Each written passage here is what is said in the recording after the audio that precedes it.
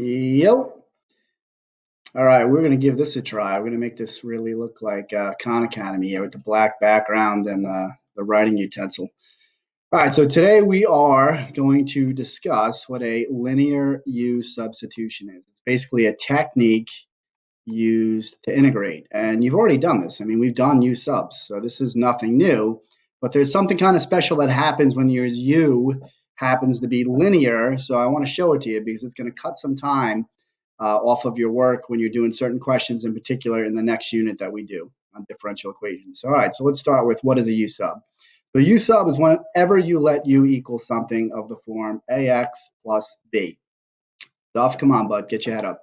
All right, so if U equals AX plus B, then DU would be A dx, right? Derivative of sum of derivatives, derivative of AX is A, derivative of B is 0. Since it's du dx equals A, then du equals A dx. So that's it. That's what it is. And again, why is this called a linear U sub? Because that U is linear.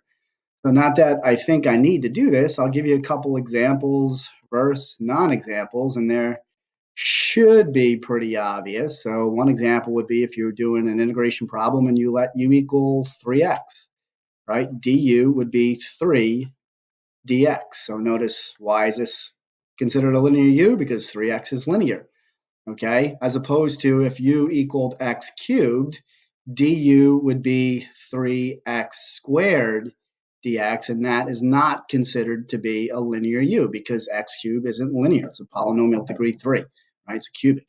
So no bueno. All right, give you one more example here. If U equaled, say, 1 minus 5x, all right, du would be negative 5 dx. And so what's the story there? That is also considered linear. Now, notice that something kind of neat happens in that when you take the derivative of something that is linear, what are you getting? You're getting a number, you're getting a constant, 3, right, dx. Here, you're getting negative 5 dx. So all of these guys, linear U, look at its derivative. Linear U, look at its derivative. As opposed to here, which this is nonlinear, right, you end up getting this x stuff in here.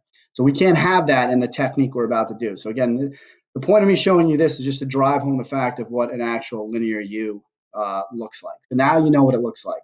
So what does this have to do with anything? So let's do an integral, all right? So let's integrate, say, cosine of maybe 5x plus 1 dx. So really back in the day, you viewed that as a composition.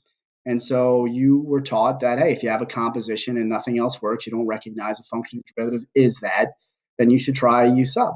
So typically we let U equal that innermost function. In this case, we're going to let U equal 5x plus 1, right?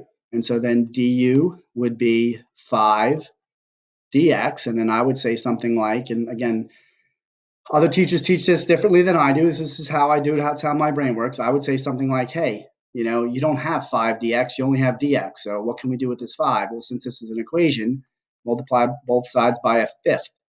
So you end up getting this. And so now what we can say is, all right, so I know dx right here, that's equal to 1/5 du. It says it right there. And then all of this is equal to the cosine of u. So now I'm able to rewrite this integral as the integral of cosine of u times 1/5 du. But we know that 1/5 is just a constant, so it can get pulled out. So I get the integral of 1/5 the integral of cosine u du, and now I do it. Do I know a function whose derivative is cosine u? And the answer is yeah, it's sine u. So I'm going to get 1/5 sine of u and then plus c, right? Because the derivative of c is 0. So when you have an indefinite integral, you need to have that constant of integration. So now if you think about it, this problem started with an x in it. It didn't have a u in it. So in order for me to, check that out. In order for me to, let's try this little eraser feature. Oh, let's go, baby. There we go. Look at that. We can move things. We can erase things. Pretty cool. All right, in order for me to get this back in terms of x, you say, hey, if only I knew what x was or u was. And you do, right? Because you let u equal 5x plus 1. So this ends up being your final answer. All right, so this right here is your final answer. So now if you think about that, you're like, did I really have to go through all of this work to get that answer. So in other words, let's think of it this way. I have the integral of cosine of 5x plus 1 dx, right? So what I can do is I can think of this as cosine stuff, where this is stuff. Do I know a function whose derivative is cosine stuff? Yeah, it would be sine stuff. And you're like, well, not exactly, because you got 1/5. So what does that 1/5 represent? It's not the derivative of stuff, because the derivative of 5x plus 1 would be 5. It's actually 1 over the derivative of stuff, and then plus c. And now, think about it. You're getting this answer basically in one line worth of work. Okay, so it's kind of like a reverse chain rule, but the real caveat and the catch here is you never read about a reverse chain rule because it doesn't really exist. This only works because u is linear. This concept of using stuff and doing like the reverse chain rule and multiplying by 1 over the derivative of stuff, that will not work unless u is linear. And if you ask why, you can kind of see it here, right? When you pick your u to be whatever it is, its derivative initially is just whatever that a value, that slope value of the linear term is, right? It's 5. But you're never going to have that 5. You're going to have 1 over that 5 that ends up getting in the integral after it's all said and done and you do your u substitution. Okay, so this works for any linear u. So let's kind of see how it plays out. Let's shut this layer off. Let's go to this layer. So let's do another one. So let's do the integral of, say, keep it simple. We'll do 1 minus 3x quantity to the 4th dx. So say I wanted to integrate that. I'm going to actually try, I'm going to go straight to this u sub stuff, right? Or the linear u sub stuff. So I say, listen, if I was doing a normal u, I would let that equal u. But I notice that it's linear. So when it's linear, I can say, well, let me view this then, this composition as stuff to the 4th. So what is the integral of stuff to the 4th? Well, I can use the power rule. It's going to be 1/5 stuff, right, to the 5th power. Add 1 to the power, divide by the new power. So that's just your power rule. Instead of doing it on just a single variable, you do it on stuff. But now, according to this linear u sub, call it a shortcut, call it whatever you want, I have to multiply by 1 over the derivative of stuff. So the derivative of stuff is going to be -3, so 1 over that would be that. And then I would just go ahead and go plus c. And now, you can rip this all together, multiply in any order you want. It's commutative, right? So I could do -115, 1 minus 3x to the 5th power, and then, of course, plus c. And there is my integral. And that's done pretty quickly. All right, versus, again, I'm doing this for note flow here, versus the integral from 1 minus 3x to the 4th dx. If you do it the old school way, and you're like, all right, let's do it. Let u equal, it's in parentheses, right? U equals 1 minus 3x. du is -3 dx. And you're like, oh, I don't see -3 dx. I just see dx. So you're like, all right, multiply both sides by -1/3. So now if I rewrite this here is going to be u to the 4th. This here is -1/3 du, right? So I'm going to get -1/3 integral u to the 4th du, which I can do this, -1/3, go ahead and integrate that, u to the 5th, oops, oh, let's erase that, I got a little too fast there, all right, you got to do the power rule, right? So when I do the power rule, what am I going to get here? Hit the pen, hit this, all right, integral of u to the 5th is 1/5 u to the 5th, and then plus, let's just be crazy and go k. All right, and so now what's the story? You get -1/15 u to the 5th plus k, and you're like, well, what is u? If only I knew what u was. Well, you let u equal 1 minus 3x, so it's that. And then what do you get? You get the same exact answer. And don't get freaked out because I used C and K. They mean the same thing, constant of integration, right? This is showing all your work.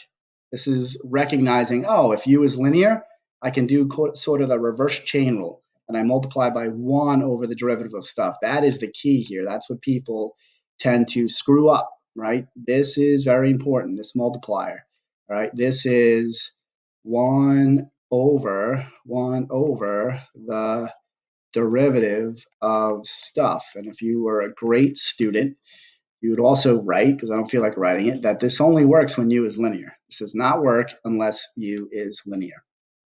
All right. Any questions? I didn't think so. All right, so let's rock and roll. Let's go to layer 3 here. Let's do maybe one more. So we did a trig function. Let's do one that you commonly see. So let's go back to yellow. So let's do the integral of, say, we'll go bananas here. I'll give you like a double whammy. 5 over 1 minus 2x dx, right? So how would you do this? Back in the day, you would let u equal the denominator, because if you don't recognize a function whose derivative is, and you go through your process and you do your u sub technique, the thing to do here is let u equal the denominator, right? Well, I don't want to do it that way, because I noticed that if I let u equal the denominator, it would be a linear u. So then I'm going to think of this, the denominator, as stuff. So a couple of things. First off, this 5 is meant to maybe distract you. The 5 means nothing. So it's really, pull the 5 out if you want. 5 integral 1 over 1 minus 2x dx. And I wrote du here, but that's silliness, that's dx. Okay? So now you're like, all right, well, how do I do it? Well, you're viewing this as 1 over stuff. So then my question to you is, do you know a function whose derivative is 1 over stuff? And you should say, yeah, I do. It's ln absolute value stuff, and now times, this is the kicker here, times 1 over the derivative of stuff. So stuff is 1 minus 2x, derivative of it's negative 2, so 1 over that is 1 over negative 2. Okay, and then plus c. And so at the end of the day, you're going to get negative 5 halves ln absolute value 1 minus 2x plus c. And that's us doing a linear u sub. Let's just show what it looks like when you do the u sub so that you get all warm and fuzzy inside and you have trust in this process, right? So if you wanted to do it the old school way, let u equal 1 minus 2x, du is negative 2 dx. Don't see that, I just see dx, so negative a half du equals dx. And so now what do I have? I have the integral, there's a 5 here, there's negative a half du here, and then there's 1 minus 2x, that's a u there. So if I spruce this, the negative 5 over 2 comes out, and I get 1 over u du. That's the 1 over stuff that I was talking about. Do you know a function whose derivative is 1 over stuff? You do. It's ln absolute value stuff plus c. Do you know what u is? Well, you do, because you're the one that let it equal 1 minus 2x. And there you have it. And so that is a linear u substitution. Okay, making sense here? All right, so I'm going to assign you a homework, and it's going to be pretty simple. And I'll assign it right here. All right, so let's get to layer 4.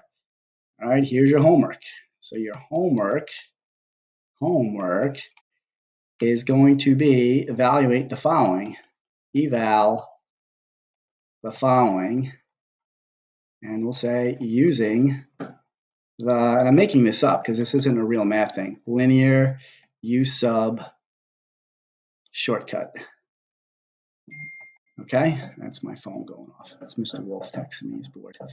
All right, so here we go. I gotta make these problems up. So let's make them up. So do the integral of sine of 3x minus 1 dx. So give me one of those guys. Then do the integral of, we'll go bananas here, 2, don't let the 2 freak you out, just a constant, means nothing, of 1 minus 7x to the 7th. Actually, you know what, make it to the 8th. Dx, all right? Take you 2 seconds. Then we'll go the integral of 10 over, say, 9x plus 5 dx. And then I got to give you one that you didn't exactly see here. So we got to kind of make that up. So let's see, what else could we do here that would make things rock and roll? Ooh, I love it. So we'll do the integral of e to the 6x plus 3. Let's go negative 6x. Let's get crazy. Dx. So you got 4 problems here. 1, 2, 3, 4. All right, do them and then submit them into your Google folder and call the file linear underscore u sub underscore your last name. And I'm just seeing if you follow directions, if you name that a little differently, as long as it's there. I'm not going to lose sleep, but let's see if you can follow directions. All right. Have a splendid day. Hope you're staying safe and eat some garlic. All right. Take care.